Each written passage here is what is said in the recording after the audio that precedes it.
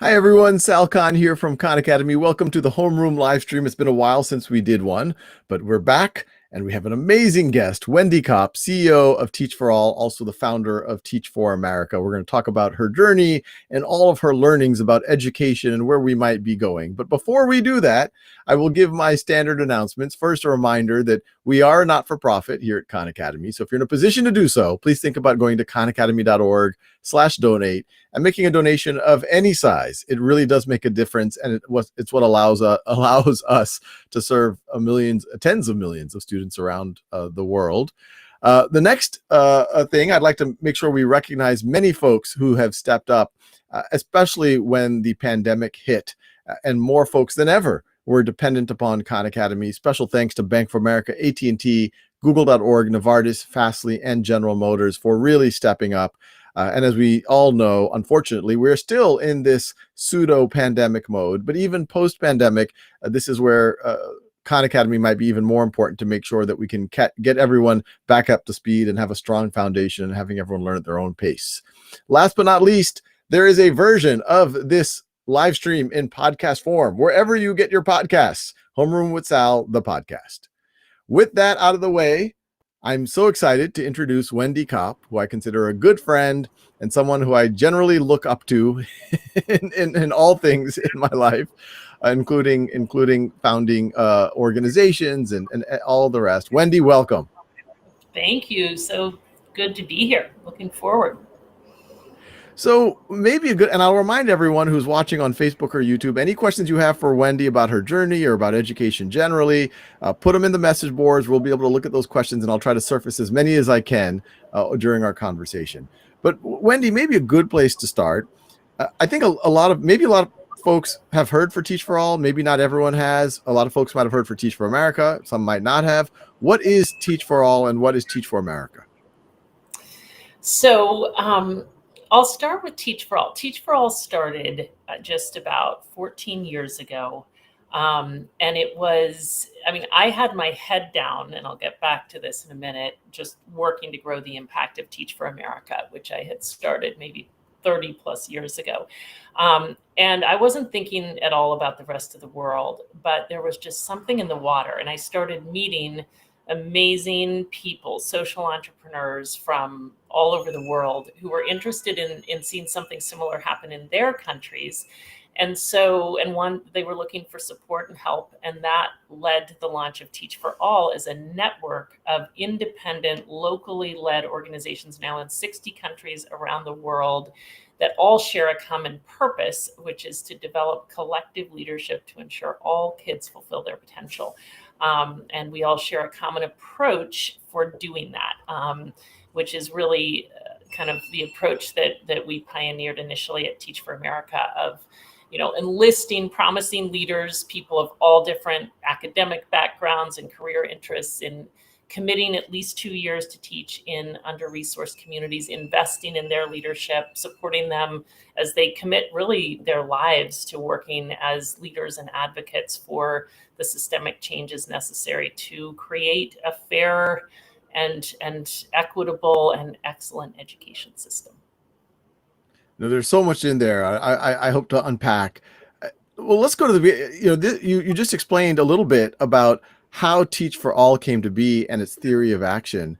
And it really did, to some degree, emerge out of the work that you've been doing for many decades at Teach for America. Tell us a little bit about that journey, because you were quite young when you started. And I know there's a lot of young people listening who, for the most part, everyone wants to find purpose in their life. Everyone wants to know, how do I provide for my family? But even more important, potentially, make a dent in the universe, make a difference. How did you find your purpose through Teach for America and then Teach for All? It's so interesting, Sal, because this started when I was a college senior and I was in a funk for the first time in my life, really. I had been completely driven, taking on one issue or another.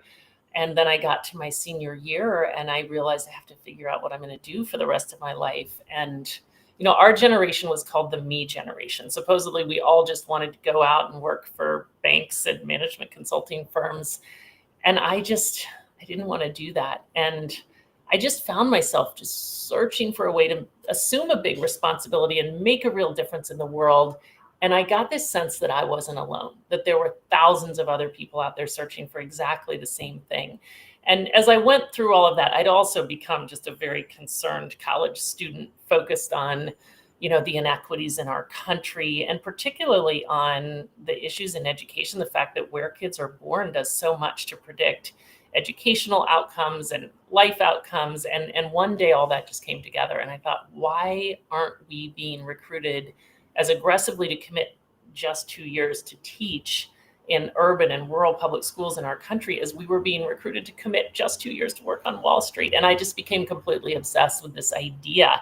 I thought it was going to change the country, like it was going to channel all this energy into classrooms, which was going to be really important for kids growing up today. But I also thought, how different would the country be if we took all these, quote, promising leaders and had their first 2 years out of college be teaching in low-income communities instead of working in banks? I thought that would change our priorities, our consciousness as a country. So that was the big idea. I needed a thesis topic. It was an idea that was very quickly far beyond me. That's the beginning of it, at least. Well, I think to some degree, it has changed America. I think many of those people might have gone into banking or consulting. Not that there's anything wrong with that too. There's many people who do very powerful things and very important things after that. But I do think, the number of people I know who are Teach for America alumni, who know something about education, who care about the issue, and some of them have stayed in education, some of them have gone into other professions. But I think it has changed them, and it has changed how they lead. It has changed how their organizations that they now lead think about education. But I want to go back to that moment, because I too, as a senior, and I think senior year, we were probably similar in certain ways. I felt like I had all this energy. I felt like I had all of this stuff for the world. But I was like, where do I get the maximum impact on the world? And I did also sometimes have big dreams, but then I was like, well, how do I make that happen? So what did you do that allowed you to take that pretty bold vision and turn it into actual action that eventually did get pretty close or even better than that bold vision? Because eventually you went global. That wasn't even part of your original vision. Yeah. So I think I had a gift in that I had a thesis requirement. I mean, I had to write an undergraduate thesis, and I was also really searching for a topic, and I decided this would be the topic. And that really forced me to think a lot about this. I mean, I researched the policy context, the previous models on which that we could learn from, like the Peace Corps, or there was a federal teacher corps actually in the 60s, or VISTA in the US. I looked at the mood on college campuses, and honestly, I spent a lot of the thesis research looking for this. The more I got into it, the more it just was so clear the timing was perfect, and this must be happening. I was looking, who's doing this? Because at the time, first of all, there were huge teacher shortages. I mean, huge headlines, like 1,200 teachers short in New York, 1,000 teachers short in LA. There was also a real interest in the country for the first, Fortune magazine cover stories on how corporate America was going to take on education. And I just thought, anyway, that became how I did it, honestly. I ended up I realized no one's doing it, and the time is going to pass. Someone has to do it. And so I developed a 4-page plan saying, this is how we're going to do it, and turn in the thesis, boil it down into 30 pages. And I sent it to all those executives quoted in that magazine article.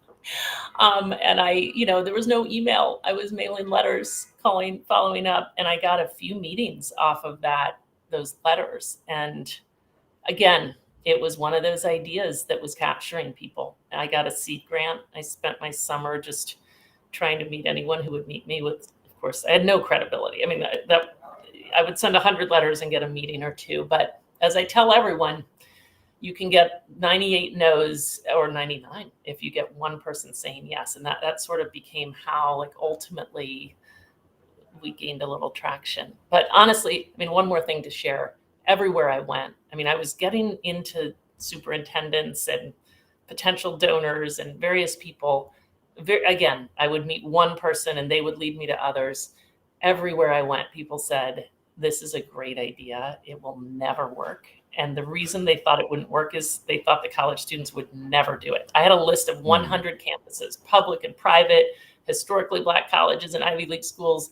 And people looked at the list and said, you'll never get kids from these schools to want to teach in low-income communities. And that was the one thing I had a reason to have conviction about. And so that became the plan. We're going to show people. So people were walking through the door, other recent grads. I mean, we launched a grassroots recruitment campaign, flyers under doors, again, no email. And, we had 2,500 people apply within 3 or 4 months. That generated media. Well, when was I mean, 1 year after I graduated, it had all come together. We had 500 people in an auditorium embarking on a summer training institute. We had experienced teachers from all over the country in urban and rural areas come together to be trainers for them. We had school systems in 6 places agree to hire them, and somehow we raised $2.5 million to fund it. Anyway, that was the first year, but I always tell people that's when the learning curve began, because these folks started teaching and we realized how hard this would be. And that's what's kept me in it, just the incredible learning curve and learning journey about how to actually do this well, like how to recruit and select people who are ready for this and train and support them to succeed with their kids, to learn the right lessons, to ultimately fulfill their potential as a force for the systemic changes that we need. And I want to get into that in a second, but I also want to make sure we don't glaze over some things that I think you just glazed over. That you have this thesis, and that does seem like a powerful forcing function to doing your research, thinking through the plan, et cetera, et cetera. But then I am really fascinated by that moment from idea to actually starting to get a little bit of traction. So you literally took copies of essentially your thesis or version of your thesis. You put them in like manila envelopes, figured out somehow the mailing address. Like you just say like, big corporation X, which you could find the address, and you just put the name of the CEO on top and hoping, and it did actually work. Okay, so I had a mix of people. I took the names in the article quoted about how we needed like the head of the business roundtable at the time or the next person. And yeah, I looked up their addresses and mailed them letters. And then I would call and follow up. And I also added some other CEOs from random companies out of like the book of big corporations. I mean, honestly, I had the advantage of naivete. And I had been, so I got 7 meetings off those letters. That's one thing to note. I sent 30. Good. I got 7 meetings, not necessarily with the CEOs, by the way, but whoever they handed them down to. And one of those meetings, someone said, you can use our office in Manhattan.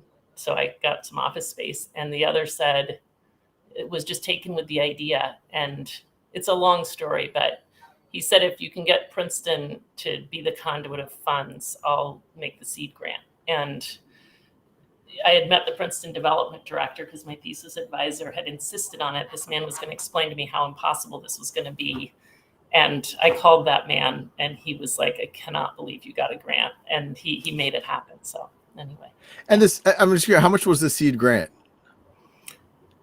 $26,000. I mean, this gentleman $26,000. What do you need? I said, I'll come up with a budget. These were my expenses for the summer to fly. In today's money, that might be $40,000, but not like an enormous amount of money. But this was enough money. Was this, was it like you could start taking a salary to start fleshing it out more? You could start what other costs you might do to do research. I don't even know if I had a salary, but I had no money, so I needed to live. So it was like expenses for a summer of like exploring whether this could work. That was how I framed the whole thing. And then how did you go from that? And I do want to go into all of the learning over the last, especially recent times, but especially over the last 3 decades. But how did you go from that to a year later, having 500 people in a room and having all of these?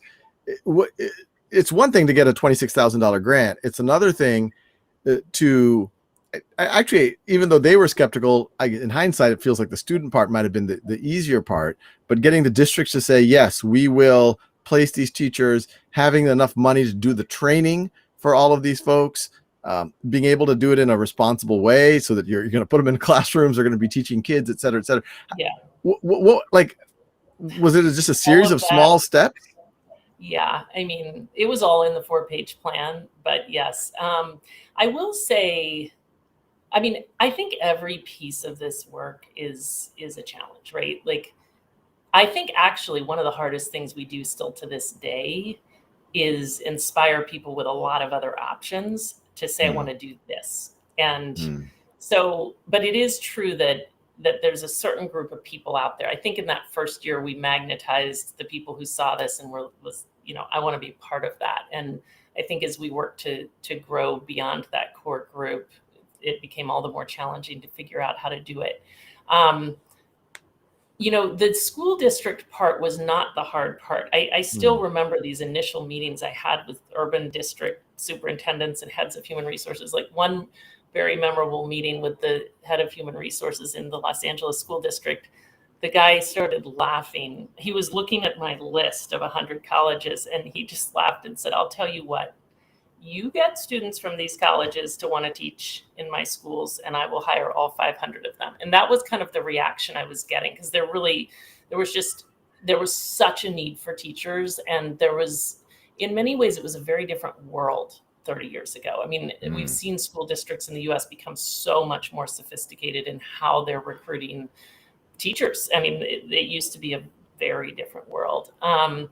Figuring out how to train them, I found my way to really progressive teacher educators, and we knew nothing. So, I mean, we kind of subcontracted with them, and said, please design a training institute, and there was a lot. I mean, we were working 24/7. There was a team of people, of course, like a bunch of other recent graduates, some who had taught, some who had done the Peace Corps, others who were straight out of college and were inspired by this mission. But we put together an amazing team of people, young people, who just made it happen through a lot of all-nighters and, you know, campaign.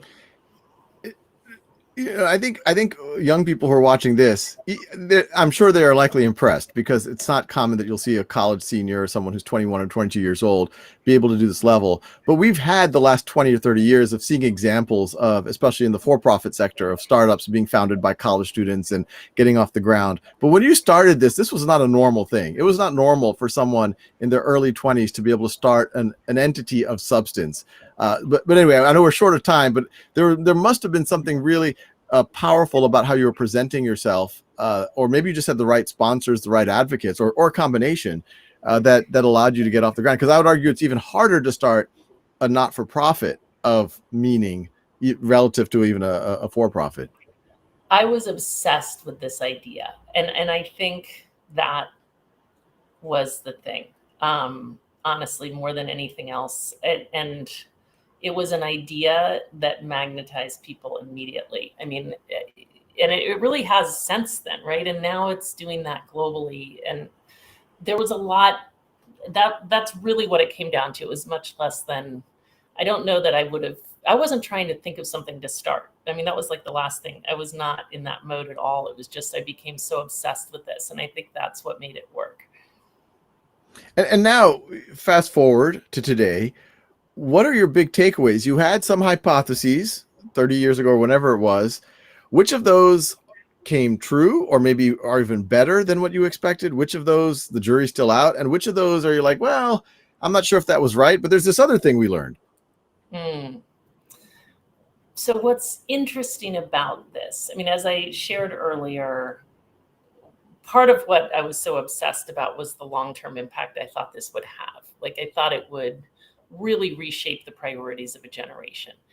And I think I probably didn't understand exactly how that piece was going to play out, but I think that piece has happened in spades. And now there's all this research and growing amounts of it that look at what happens to these people during the 2 years. And we can look at it not only in the US, but now in other countries as well.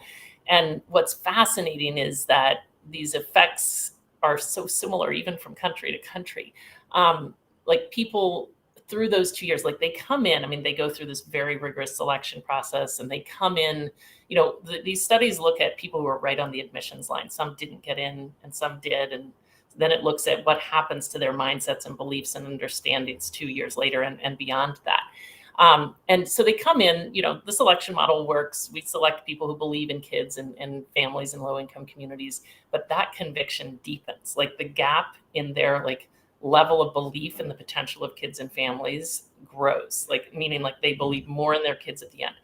They also completely shift their understanding of the nature of the problem and the solutions. Like they come in thinking all around the world, like the answer is technical. It's funding, number one, and number of technical solutions. And they come out thinking this is a big systemic problem that's going to take a lot of adaptive change and a lot of leadership from a lot of places. So they basically come out having a bigger sense of possibility, knowing that no one silver bullet is going to do it. Like this answer is much more complex, and they become all the more committed to the work.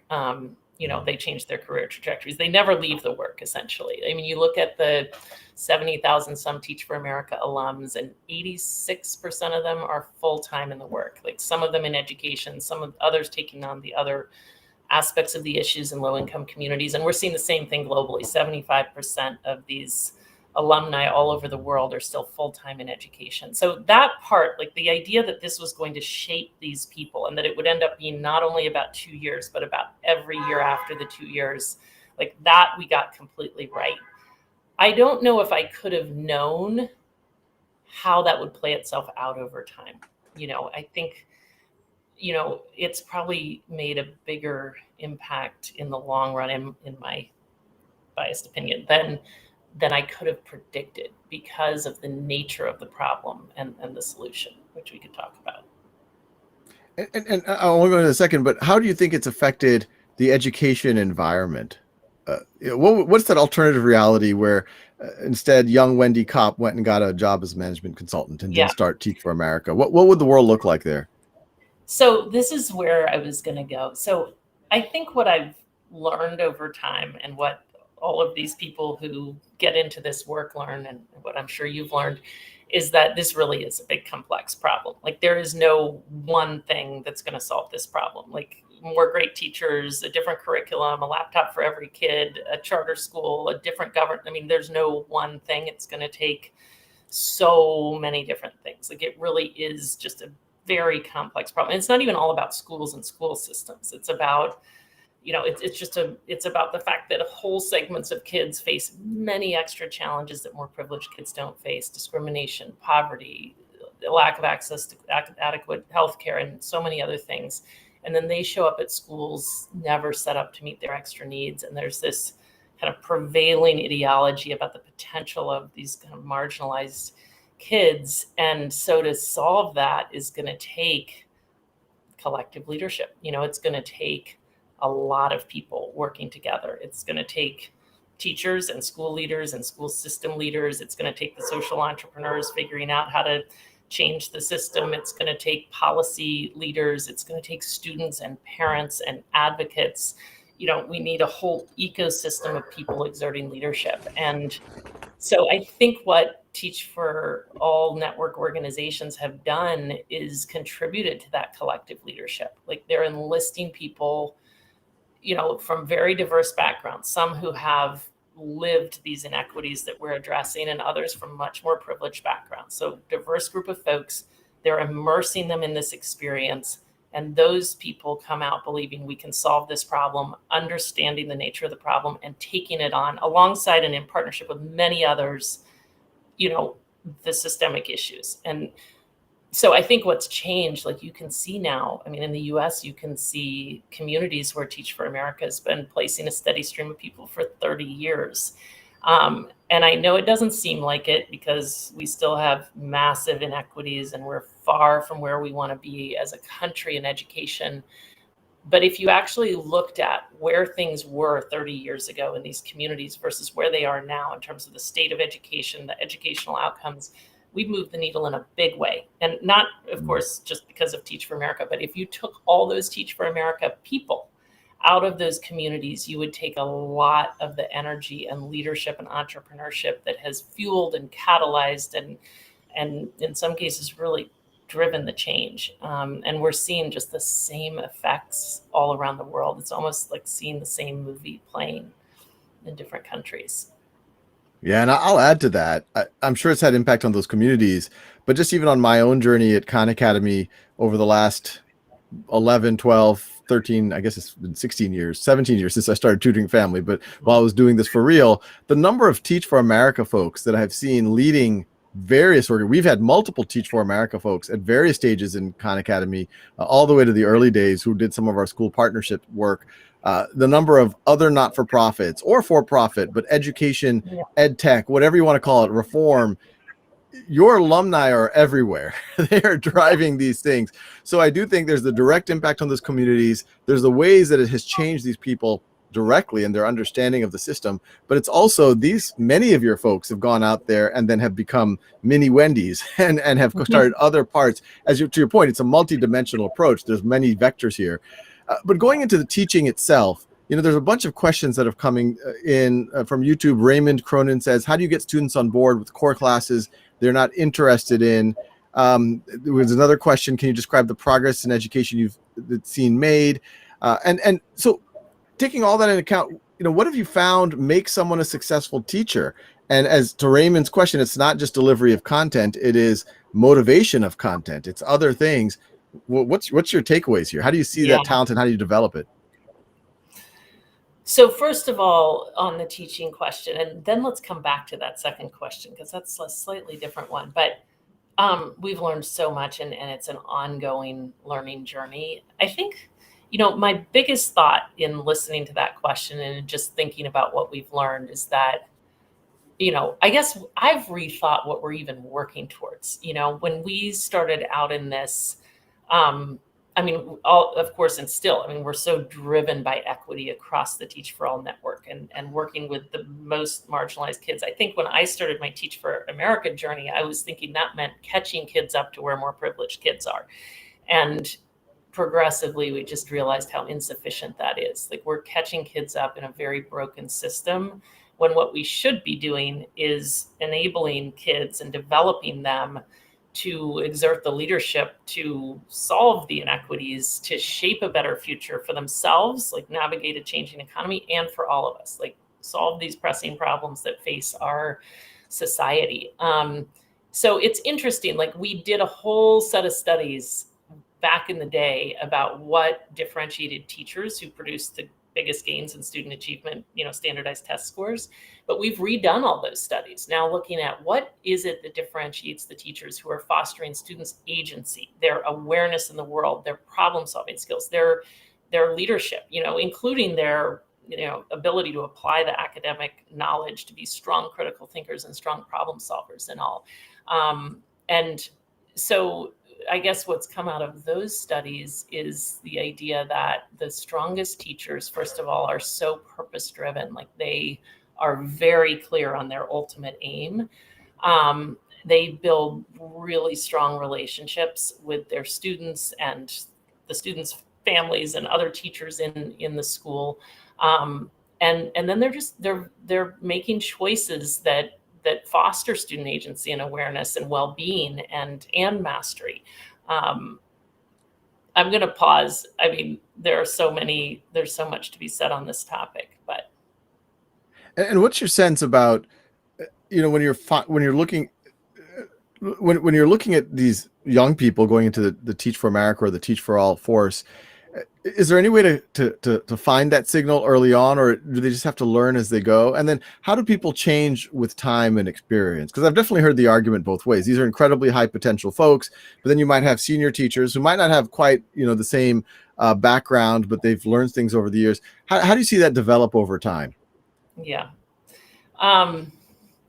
Every teacher's journey is, of course, a little bit different. And one thing I would just say, we are trying to, on the teaching side, be one more source of, deeply committed teachers working alongside many other teachers and allies and parents and others, trying to help kids, meet their extra needs, support them to live into their full potential. And it's a journey. It's a learning journey for any new teacher, including those who we place in support. I'm losing track of your question, but just how do you think it evolves over time? Like, how do you see even in the 2 years, how do you see your teachers change between year 1 and year 2? What are they doing differently? It's so interesting because I just talked to a first-year teacher in Columbia who is working with 100 students across grades 5 through 10, and he's teaching math and physics. And he's never met the kids because he's only taught in a Wow. pandemic. And he somehow started by teaching the kids about the UN Sustainable Development Goals, and then he got them all involved in researching the reality in rural Colombia. And then they became very concerned about the water shortage and the gas shortage. And these kids have developed solutions to those problems. And he's literally hooked them up with professors who are like, please walk me through the 3D thing that you've like. So he's a first year teacher, and he immediately just oriented towards how do we foster students' leadership? Like, let's do it today because there are lots of problems in the world today. And he said a fifth grade girl is leading the team. He then entered them into these different competitions, and they've done very well. And he has the fifth grade girl leading a team. I mean, so it's hard, and then there are other first year teachers who come in through our organization who, are completely overwhelmed, and who, if they persist, by the end of the year, wake up and realize they did make a difference, and then reflect over the summer and come in hitting the ground running the second year. I mean, I don't want to say there's one journey, but yeah, I mean, we're selecting a group of people who, one, want to be in this work, who are deeply driven to address these inequities, who want to be in the arena, have high expectations for kids and families. And we're looking for various things, but including a lot of evidence that they take on big things and persevere in the face of challenges, because that's a huge part of this.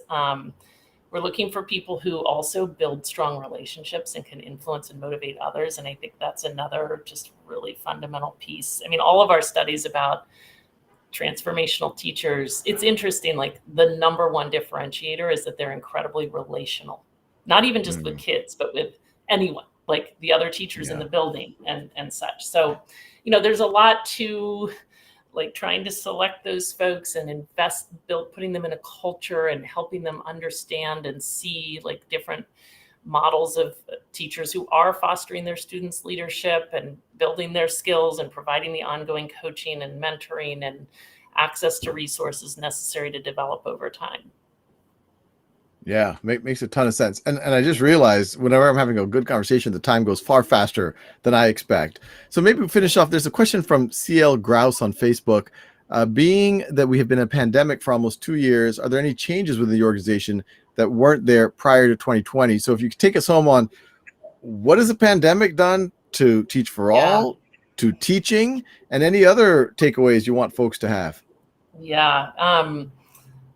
I think this, in a way, Teach for All's network was kind of made for this era. I think it's just been really affirming for the kind of teachers and leaders we're developing who, as the world's schools shut down progressively, just leaned in with their own students to keep them safe and learning. And then were very quickly enlisted by government ministries around the world and others to train other teachers in distance learning strategies, create digital libraries, leverage radio and TV to keep kids learning. And so we've just seen so much leadership and so much innovation across our network. And we've also seen the power of having a global network that would enable all those teachers and alumni educators to learn from each other. I mean, we just saw solutions flying across the world.